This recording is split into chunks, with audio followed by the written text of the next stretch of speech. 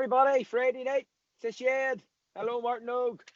How are you? Hello, I'm all good, Lawrence. How are you? Struggling through Sick, man. Sick. Got the old COVID, you know. the Rona. The Rona. Coming out the other end of it now. I take it. I'm nearly there. I'm 7 days into isolation here, so only an hour 3 to go. I'm released on Sunday. Plenty of time for painting. Plenty of time. Getting well caught up in all my orders. No big shake this week. Thanks to everybody that liked the page, followed us on YouTube. We're up to 333 followers now on YouTube. Martin Og. Need more followers.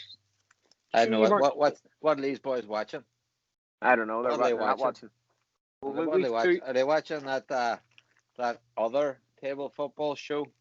Don't get me started on that other table football show. I watched that.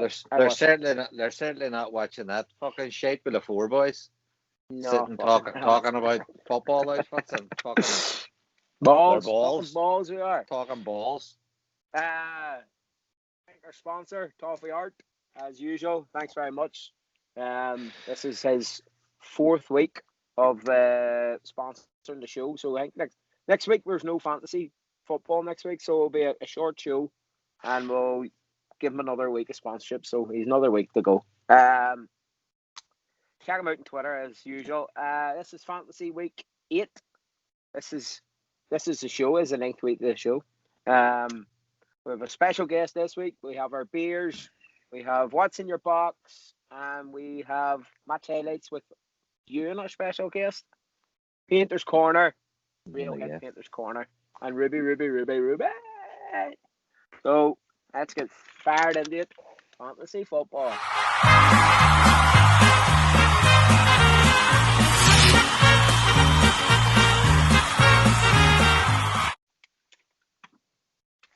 Well, Martin, I must say, you got better. I did well. You did well. You're moving back up the charts again. Moving on up. At the top.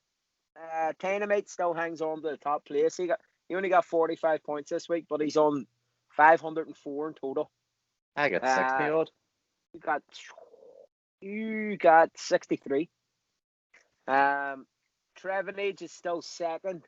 He's 12 points behind. He got 61 points. He's in 492. Bugsy's Babe still in third. He got 44 points. He's 27 points behind the leader. And Chopper AFC, Barry Spence, got 53 points. He was the second highest out of the top 4. He's on 4-6-3, and he's 33 points behind the leader. So that's one or two good players catching up there. So I've bit all the big boys this week. So did I. So we'll not mention that yet. The winner of the little Pelly piece from Toffee Art, from our sponsor. Total points, 268 points in total for the month, for the 4 weeks. 268 points, and he's a dairy man. Richie Gallagher. What the fuck? Richie Gallagher. You thought you were winning it there, did you? I thought that was me there for a wee second. No, Richie Gallagher is our winner. So, Richie, if you're watching the show, I'll be in touch and I'll get it. I suppose you could collect it, couldn't you, if you're close to Derry? But not until after I come out of isolation. So you did bleach that thing before you hand it out to anybody. Richie won by 13. It's still wrapped in plastic. Richie won the month by 13 points. He beat We Are Groot, who was in 5th place overall. He's 255 points for the month. Like I say, Bradley, you're up to 17th. Yes. I'm up to 22nd. I had 75 points. Simon is down to 23rd. Ooh, it's dropped. 55 points. Craig stays in 26th. He got 66 points. Oh, that's not a bad score. Jude got 40 points. He's on 28th. Oshin, 45 points. He's in 29th, and he's no longer bottom. Ooh. Do you want to know why? Why? Because we got a new entry. Now, this guy has no points. He's got an asterisk beside his name, so he can't win the wooden spoon. He can't win last place, okay? Because he's Obviously, if you come in late, you're obviously going to be bottom. So Who's his he? name, I'm going to try and get this right. Tarjei Elfison. He's Norwegian. His team are called Coyote Cloppers, maybe. I'm not sure about the name. I'm sure he'll correct us. He watches the show every week. He just wanted to be involved, so he wanted to get a wee team in. They're from Oslo, and they're trying to establish Subbuteo in Oslo. So Brilliant. you can check them out on Facebook. They're Oslo Subbuteo. They have a guy, him and another guy called Ricardo Delifans. Desfascini. How do you spell it? Destefans.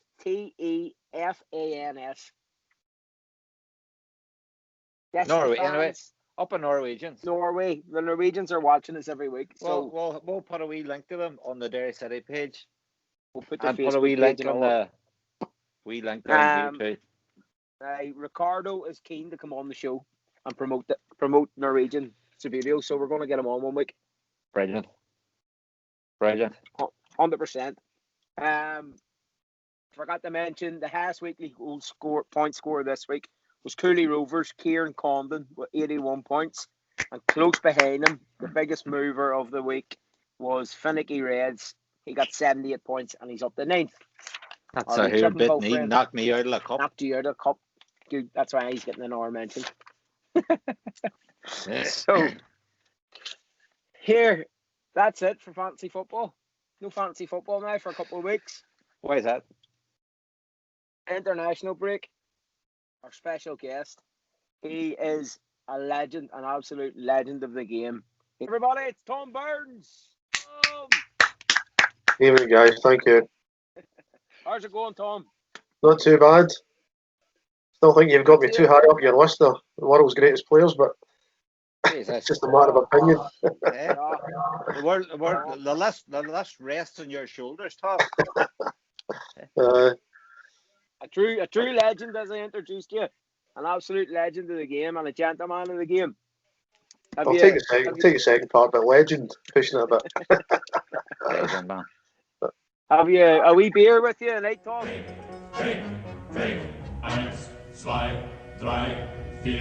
Lift your stein and drink your beer. 1, 2, 3, 4. Lift your stein and drink your beer. I do indeed, guys. Cheers. Oh. Cheers, Bruce. Wow. What are you on the backs or? It's Beck's Blue, believe it or not. It's all that was in the fridge. Beck's Blue. I know you guys don't associate with non-alcoholic drinks, but such is life. You're right. You're our second or third.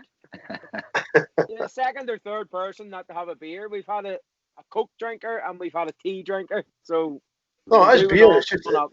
It is beer, just a non-alcoholic one. It says more about Watsy and me, I think, than anybody else. Aye.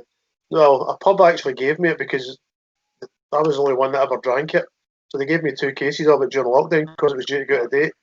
Oh, fuck, happy days. So I get 2 cases of it for nothing. So. Do you not drink at all, Tom? No? No, I do, of course. Where have you been? But... I was going to say. The only reason you probably not noticed is because you're probably in a worse state than me some Sunday morning. I didn't go out on the Friday night before Derry, and you messed that man up, Bradley. He's fucking ruined him. Well, ruined him. In Wolves, it was only me, Willie, wee John, and Stuart. Craig. Oh, Craig. Sorry, Craig. Craig Stewart. Craig Stewart. I've got the names the wrong way around there. Right. So we finished about the Saturday wasn't a very good day that day either. Why do you keep doing it yourselves? I know. We tell ourselves that every tournament, but there's more to life than just tournaments. That's right. That's half the crack, isn't it? It's just getting the balance. As I say, usually we're fine on a Saturday, but not too clever on a Sunday. May as well enjoy it. We will learn one of these days. Not at all. Tom, you're one of the greats of the game in the UK. Can you tell us how you discovered Subbuteo and what got you into Subbuteo and when? I would have started playing probably around 1970, 71. Can't actually recall what got me into it. Just started playing, and then I realised that there was a club operating in the school I went to, and I joined the club in 1975. So been playing pretty much ever since, apart from obviously an 18 years sabbatical. So how many years? 18. 18. We stopped in 1992 and then restarted. I started again about 2011. So roughly about 18 years. That's the Glasgow club that you have now, is it? Yeah, Ed, when I came back, and it was just having to adjust the new rules, new players, and yeah, everything straight in your head. So, but I do enjoy the new game now more than the old game because you're allowed, you can play quicker, so it's much more involving. Whereas the old game is very slow, which suits Dave Gladman down to the ground, I have to say. But the rest of us, it sends us to sleep. So. I'd be like you, Tom. I prefer it now as well. When you go on? I don't think you find many people now would prefer the older game. Maybe the Italians. There are still a lot of people out there that do enjoy the old game, and for some reason or other they just refuse to switch. They refuse to move with the times, which I really don't understand, because, and they also don't want to come and play festive, which again I don't understand, because you can use any kind of figures you want. You can come and play, and if you choose to use the old figures, there's nobody stopping you. You'll struggle. You will find it hard to compete, but you can still do it. And there are some really, really good players out there with the old figures. So if that's what you want to do, you can still come and compete, but they don't want to do it. So in festive, you can still play an old Subbuteo figure against a modern figure in a game? Yeah, of course you can. In the festive game you can. In the old tournaments you've got to use old figures, but in the festive game you can turn up and use any form of figures you want. It's just the rules that are different. Whether it's flat, you've got to play with festive rules, obviously. But you can come and use any kind of figures. You don't have to use modern figures. But I say some guys just don't want to do it, but it is hard. It's very hard to compete. I would say so. Yeah, I mean, the new figures make it much easier for average players to defend well, whereas to defend well with the old figures was really difficult. Yeah. It's much more inconsistent. Do you still play old yourself every now and again, or? No, the last time I did it was for the UK Subbuteo Challenge. 2012, I think, maybe 2012, 2013, and they done a four or five event UK Subbuteo Challenge with the finals in Manchester.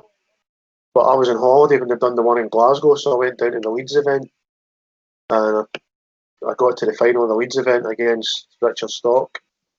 And I lost 2-1. I lost it 2-1. 2-1 to Richard. 2-1. I knocked Brian Daly out in the semis. Playing home style. And then I lost 2-1 to Richard in the final. So that was a good wee day, actually. Just a one-day thing, but it was good. But that was the first. That was the first I'd played an old style tournament in God knows how many years. So, but I finished up. I qualified to go to the Manchester finals, but because I was playing a Saturday, I couldn't go. Because of work? Nah, just during work, yeah. So I can't actually remember who won it, or even if they played it. I think they did play it, but I can't remember what the outcome was.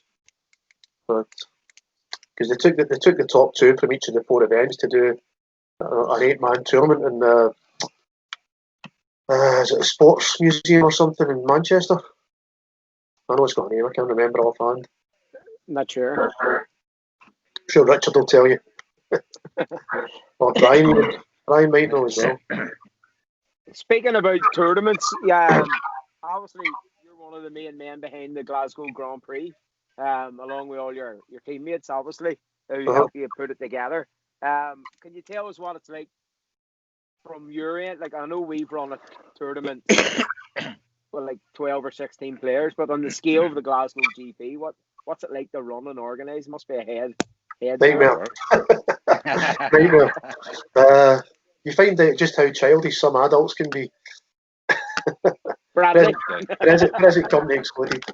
You know, it's trying to keep everybody happy and get it all set up. I mean, there is a lot of work involved. I mean, ours is by no means the biggest event out there. There's several that are a lot bigger, but I wouldn't want it to be any bigger because it's enough of a headache as it is. You know, and, I mean, like so last year, because I've got a different job now, I'd said to folk, you'll need to make your own room bookings because I don't have the time to run after you. And I was still getting emails saying, going to book my rooms, going to book my rooms. And I just didn't have the time to do it, you know, so. So how many people would you have been talking when you were doing rooms for everybody? Probably about 30 odds. So that's a lot. Plus you've got to order all the trophies, obviously. Make sure you don't miss any categories out. Got to book the venue. Got to move the equipment. Get it set up. You've got to hope there's nothing on the night before, or you can't get set up, and then you've got all the hassle trying to do it in the morning. And it's quite a lot. And for the 2 or 3 days before it, you don't really sleep very well, you know, because you're always sure you forgot something or you forgot somebody's room. Somebody's going to turn up and they're not going to have a room, and you. So. And do you still take part in the tournament when you're organising it? Do you still play? Yeah. I do, but Dave doesn't. Dave doesn't play on the Saturday, so he can log all the results. He does all that during the day, so he foregoes the Saturday. I'm not willing to put all that effort in and not get to play. It was like a military operation. When I'm playing, I can switch off to the point where it doesn't affect what's going on. Doesn't affect me, and I can still go out and play. But as I say, you're playing and reffing almost every session to take the pressure off other guys, because obviously you don't want to become a ref more than they play. But there's a good nucleus of players that come, and they'll quite happily bend for you, you know, if you need them to. So it's good. It's a really good friendly tournament, although it's still competitive. You know, it's got a really good mix of people, and the same folk are now coming back year after year. But sadly, they'll not be here next year because we couldn't attempt to put it on. Couldn't even plan it yet, Tom. Yeah, you couldn't plan it because you don't know what kind of situation we'll be in. So you couldn't take the risk of having to lay out the money, because by the time you would get close to it, you'd have to do the trophies. So I mean, there's £200 or £300 done right away. And if you book the venue and then it gets cancelled, well, you get your money. But to be fair, we don't usually pay it till the day. But they might still want some money if you've cancelled it, you know. And how many people would turn up, because you don't know who can travel and who can't. So next year's just going to have to be a miss, I'm afraid. Hopefully we might get some UK stuff done when you can maybe travel within the UK, but certainly wouldn't risk either flying to a tournament or asking people to come here. It's just too big a risk at the moment. Well, that sort of leads me into the next question, where I was going to ask you about. Obviously, we've done the nations competition for the last 3 years, where ourselves, London Road and Wolverhampton, and it was down to your last round this year, where we obviously couldn't travel and it was cancelled. But what way do you see Subbuteo in that sort of aspect ever happening again, like 4 nations travelling again? Hopefully next year. Well, hopefully we'll be able to do that. I just wouldn't risk putting on the GP, but for people travelling within the UK, obviously things relax a wee bit, and they can't keep locking us up forever because it's just going to cause mayhem. People will eventually rebel against it because it's too much to ask. So well, I know over here there's people talking about, even though the restrictions are saying no pubs tomorrow, people are talking about opening their bars here tomorrow from Friday. So it's crazy, like, and that's what you are. You're going to get people rebelling, basically. I know. I mean, it's ridiculous, and there's so much of it's contradictory, and it really is getting to people. Are you going to lead the Subbuteo rebellion then, Tom? No. I've got Dave Gladman to contend with. He's determined there'll be no rebellion. So some of the boys were going in and playing after the initial first lockdown. Some of them were going in and playing just a couple of bounce games. But I'm not that happy going along and playing friendlies, and they were wanting to insist you wear masks. So I thought, for me, that's just not a night out. Because for me, it's a night out as well, and I thought I'm not prepared to do it, so I'll just give it a miss until playing as they are. I think the problem is that the first lockdown worked too well, and people didn't know anybody that got sick or I died. know. And then when they opened up, everybody's mindset was like, well, sure, it's not that fucking bad. Yeah. To be at the extent where we can't go Yeah. out the house, we can't meet up, So they try and bring any sort of lockdown on after that. Was always going to be harder. Fire away. Tom, I think Martin would agree when I say that you're one of the greats of the game. You're one of the gentlemen of the game. You're one of the fairest players, and you're actually one of the hardest players to play against. Who would you say is the hardest player you've ever had to play against? And also, who's the most annoying player to play against? Oh, that's a toughie. Oh, God, hardest player. Played a few really good players. Hard to pick a favourite though. That's the thing. You narrow it down. I've played. I could probably narrow it down to. I think the three best players I've played are probably Chris Thomas, Daniel Sheen, and Wolfgang Leitner. And I've not fared very well against either of them. Hard to pick a favourite out of that. I'm not really sure I could split them. I've only played Chris twice in competition. I think I've played Daniel 3 or 4 times. Wolfgang Leitner only once. Chris Thomas is a great guy to play against. Plays the game the right way, and he's just astounding to watch. If you ever happen to be refereeing him as well, he really is a good player. Daniel's very quick, and we don't really play anybody of that calibre very often, and it's a big step up. So hard to pick one from that.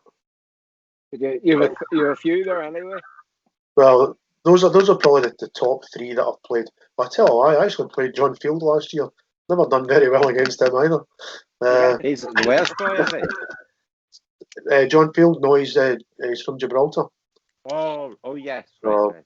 And I've also played Montagno as well, and they are all superb players, way above my level. I could play from now till I was about 100, 150, and I'd never get there. That must be fucking show you how good they are, because I could play you tomorrow and I'd still never score against you. That's what I mean. You said that you came to us and you were just an average player, but I mean, fuck your arse top. Jesus, you were. Yeah, but I'm a good average player. The game is split into levels, and if you take away the top 10% who are on a different planet from most of us, then I reckon I can compete with most other people. But that top 10%, I cannot get close to. I really can't. Maybe partly to do with the 18-year break in between when the game switched. Who knows? Hard to say, but they really are. But these guys take it so much more serious, and they play all the time. Whereas we play once a week, and basically that's it. We don't practice. We just go once a week, and that's it. But I can give most people a game. I do know how to play the game, but it all comes down to how much your opponent lets you play, and these guys don't let you play. The ability to read the game, and see things so much quicker. And the more you play better players, then the better you do become. Yeah. So that is a learning process, and you really have to be playing it all the time to try and get close to it. That Daniel Sheen never stops. Oh, I know. I mean, he plays maybe 6 or 8 games a night, maybe 3 or 4 times a week. And he's always playing the top quality as well. And the difference is he's playing against really, really good players as well, which keeps your level high. When you're not playing, or you're only playing maybe 1 or 2 games a week at the club, you're not going to improve much. So, I mean, I'm quite happy with the level that I'm at, because I know I can compete with the majority of people.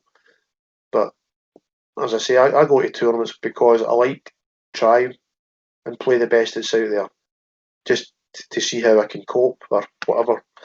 And as I say, it is the only way that you'll improve. and you've got to be prepared to take the hidings now and again, painful though it is. And you keep thinking, how can I get beat by this amount of goals when I know how to play and whatever? But against some people, they do not give you time to think or time to play or do what you want to do. So it is difficult, but it's a great game. That's what makes it great, Would you say it's 4-0 hidings off you, Tom? Nah, And a there'll 1-0. probably not be much the next time. 1-0 the last time in Wolverhampton. Nah, but they're only 10 minutes each way, they don't count. So that's just a Mickey Mouse tournament. That's my excuse anyway.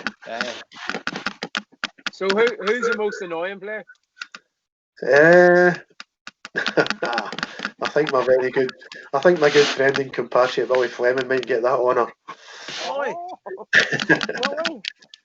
Yeah. I heard you were going to go for Daly. Well, they possibly came out the same mould, just with different accents. They've got the ability to interrupt a game and time waste to make life very difficult, and it's very, very frustrating.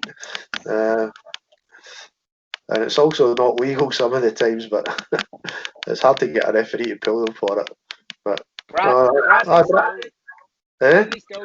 Bradley still talks about the time he scored against Daly and he chalked it off for lifting his finger. Well, to be fair, if he did, he's right. If he did, he's right. Who was it? Craig? I don't know. He scored against somebody. I think they beat him 8-1 or something, and he scored and he chalked it off. He says, "No, you lifted your finger." McCrossan, maybe that was McCrossan. It was something. I thought it was you. I never scored against Daly. Never scored against him. I've played Brian quite a lot the last few years. He is a good player. Oh, he is a good player. I've had my fair share of success against him, right enough, but he's a good player. You can't relax against him. You've got to be on your game the whole time. And he defends well. Defending is my weakness because I prefer to attack. You're firing everybody out. Yeah, I'm not very good. I'm not very organised defensively. It's not that I can't play the block flicks. I just finish up the players everywhere, rather than an organised backline where people struggle to get through. So I play for fun, and I just like wide open, expansive attacking. Sometimes to the detriment of results, but what the hell? It's a chance you take, isn't it? It is. Definitely. So, Tom, obviously, this is the part now where we have a wee look inside your box. So, we'll ask you to show us what's inside your box. What's in the box? What's in the box? What's in the fucking box?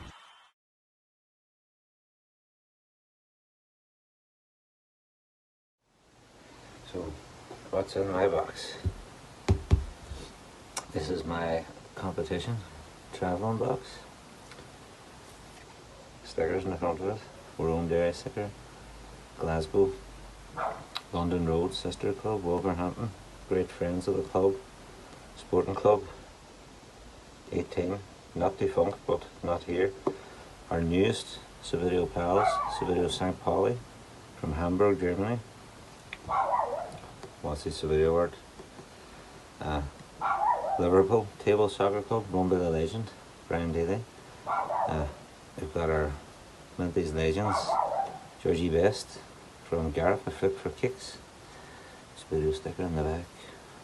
Got the Ulster Championships final round siding sticker there. On the other side we've got Tempelou United Table Soccer Club, straight from Vincent, Cup and all.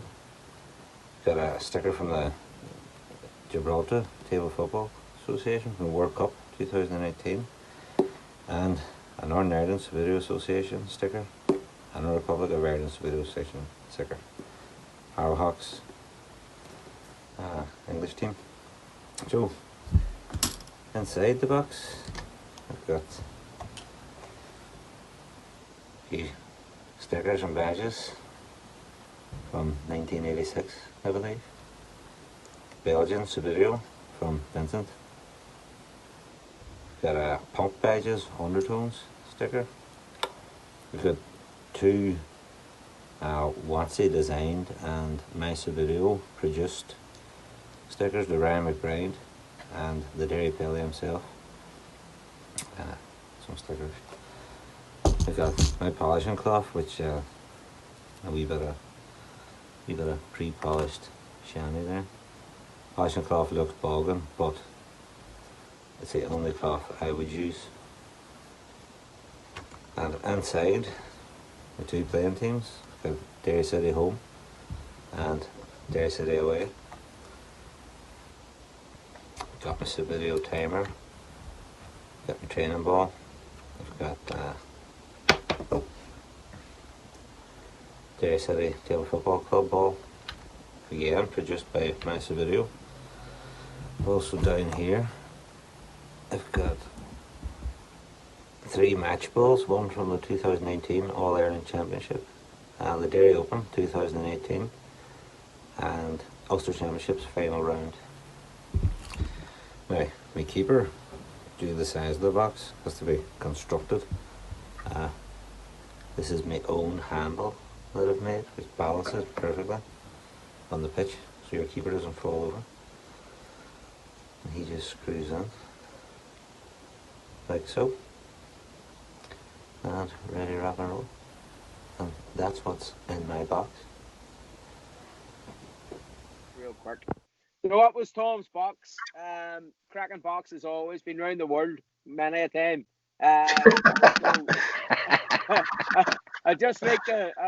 I'd like to thank you, Tom, for coming on tonight, and we're going to show you match highlights with Bradley, you and him and Wales. So this is you humping me 4-0, Tom. You stopped 4-0. So, Tom, from me I and Martin, did I'd save like about to 10 thank you. shots, but Pleasure as always, guys. Hopefully we'll see you soon anyway.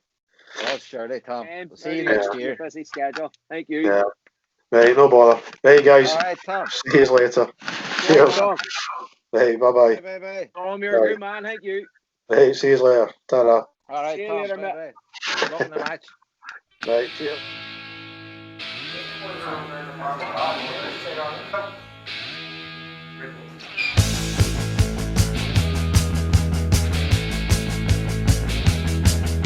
Now I've got a cousin called Kevin. He's sure to go to heaven. Always spotless, clean and neat, as smooth as you'll get him. He's got a fur-lined sheepskin jacket. My ma said they cost a packet. She won't even let me explain that me and Kevin were just not the same. Oh, my perfect cousin. What I like to do, he doesn't.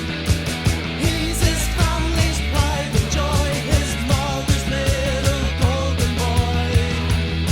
He's got a degree in economics, maths, physics, and bionics. He thinks that I'm a cabbage, 'cause I hate university challenge. Even at the age of 10, Smart Boy Kevin was a smart boy then. He always beat me at Subbuteo, 'cause he flicked a kick and I didn't know. Oh, my perfect cousin. What I like to do, he doesn't. He's his family's pride and joy, his mother's little golden boy.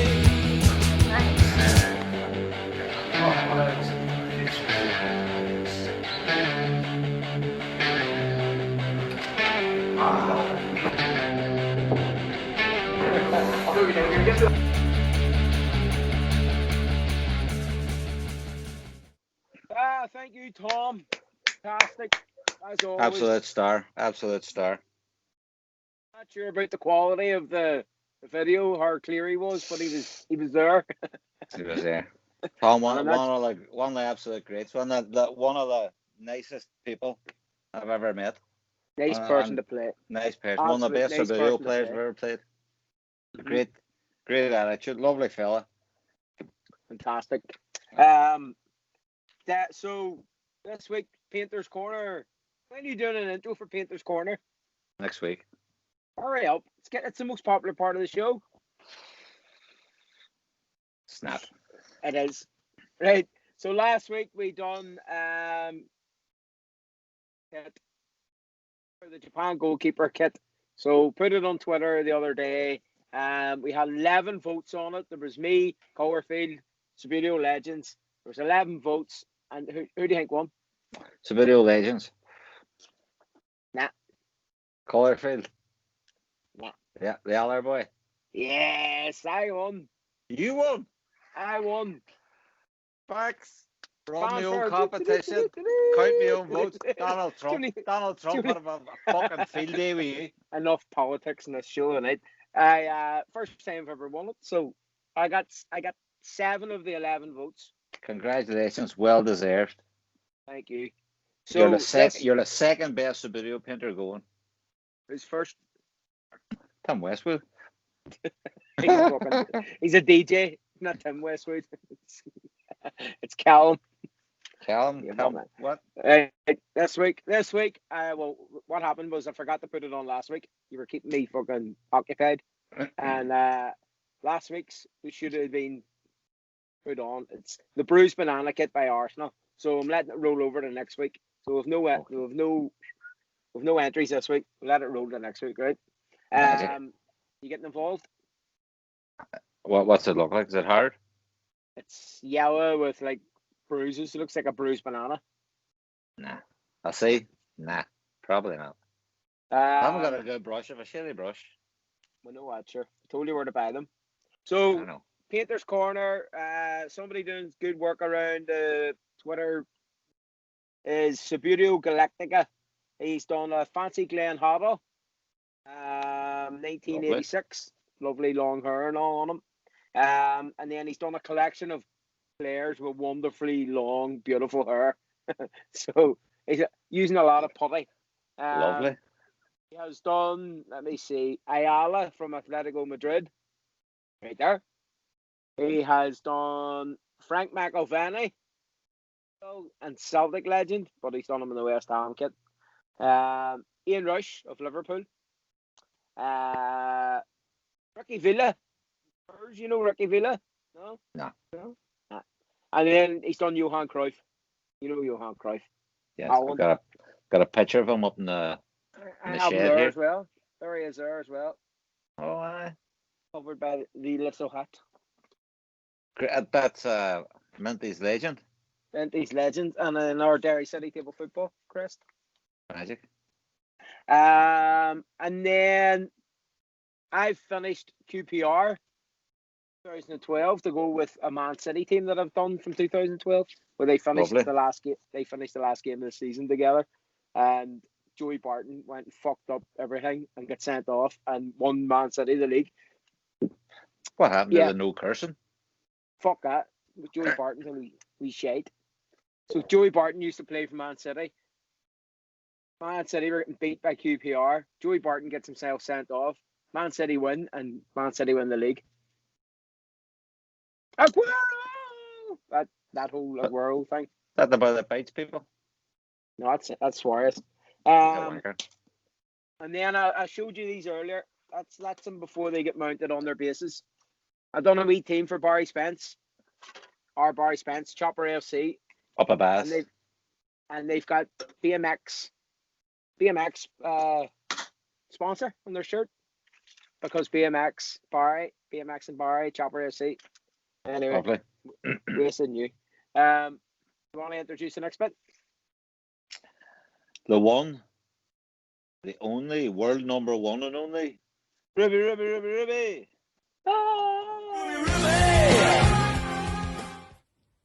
Hi Lawrence, because there's still no events. I've been playing with my dad but had no wins. I've been doing lots of practicing.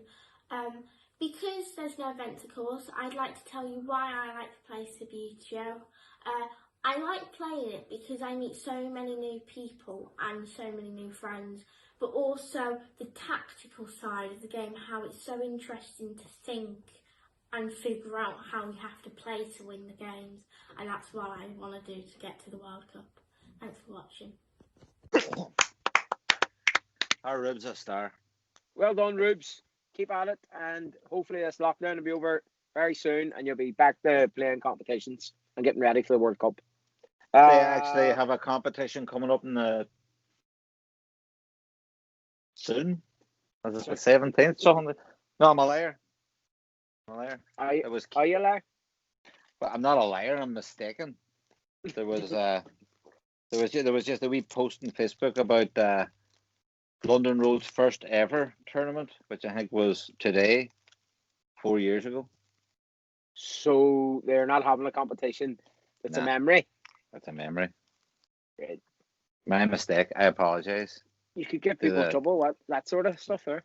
The Twitterverse and the YouTuberverse. I apologize. Couple of weeks. I will beat myself with a stick now off camera. Please do. Just Please to do. show how sorry I am. You deserve it. The beating you deserve. For making a balls of what's his YouTube show. For that per mistake. Can I just say I don't know how I'll live with myself, to be honest. But it's been a good week for Subbuteo. okay. There's a new podcast being released this week, or released yesterday. Right. It's good. It's good. There's more people getting involved and doing stuff. Finger What's the flicking good. podcast? Finger flicking good. All right. Give it a listen. It's very good, very entertaining. Some nice people on there. Some you might recognize. I might check that out. I see there was another podcast, but it was just like poor boys sitting around chatting about their balls. That's finger flick. That's the Netflix Subbuteo show. That's what I was going to tell you about next. Episode 2. Riveting. And next time episode 3 is about goals, nets. I can't wait. I must stick that in my diary. Stick it in your diary. You'll enjoy them in the back of the net. And I don't love sticking them in the back of the net as much as I love sitting watching 4 middle-aged balding men talk about it. Hey, did you watch Table Football Monthly? Wouldn't miss it. Brilliant. Wouldn't miss it. Brilliant. Wouldn't miss it. Enjoyed it. A good education on Subbuteo and Peter Adolph and Fistiff and Wistiff and Waspa. Brilliant. Why anybody's bothered, to be honest? I don't know. But about what? Brilliant. This is Here's what we have. Right, I'll tell you. You know who's got the best balls in Subbuteo? Who? Wee sexy Brian. Wee sexy Brian and wee sexy Brian sexy box. Well, if anybody's going to have the best balls in Subbuteo, it's going to be our Brian. What I've taken to doing with Brian's sexy box is whenever we have a visitor on, what we're doing is putting a sticker from the club on the box. So we've got wee London sexy Road. Brian's London Road. We've got our Tom Burns, Glasgow, and we've got Simon and Fred, Subbuteo St. Pauli. This is Ashin and Versailles. I don't have a London Road sticker. I've run out. Kane. We need London Road stickers. If I had a London Road sticker, Kane, I could get one of them on it. And you need a Phoenix Star or Yorkshire team. Aye, if I had a white star, Phoenix Star. Phoenix Star. I like the way you're advertising another club tonight. It's our sister club. I still don't have a sister club T-shirt. Kane, if you're sending him stickers, no. If you're sending him stickers, will you send me a T-shirt? Thank you. That's orders in a postcard. Right. Get out of here. Okay, dog. As always, man, it's been a pleasure. Guys, a cheers. Keep you drinking plenty of water, paracetamols. All the way. No. Cheers. Right. Cheers. Oh, my phone's dying here. Right. I got the 10% warning. Sweet as. Right. Been a pleasure. Thanks for your time. Okay, dog, man. Loser. Keep safe.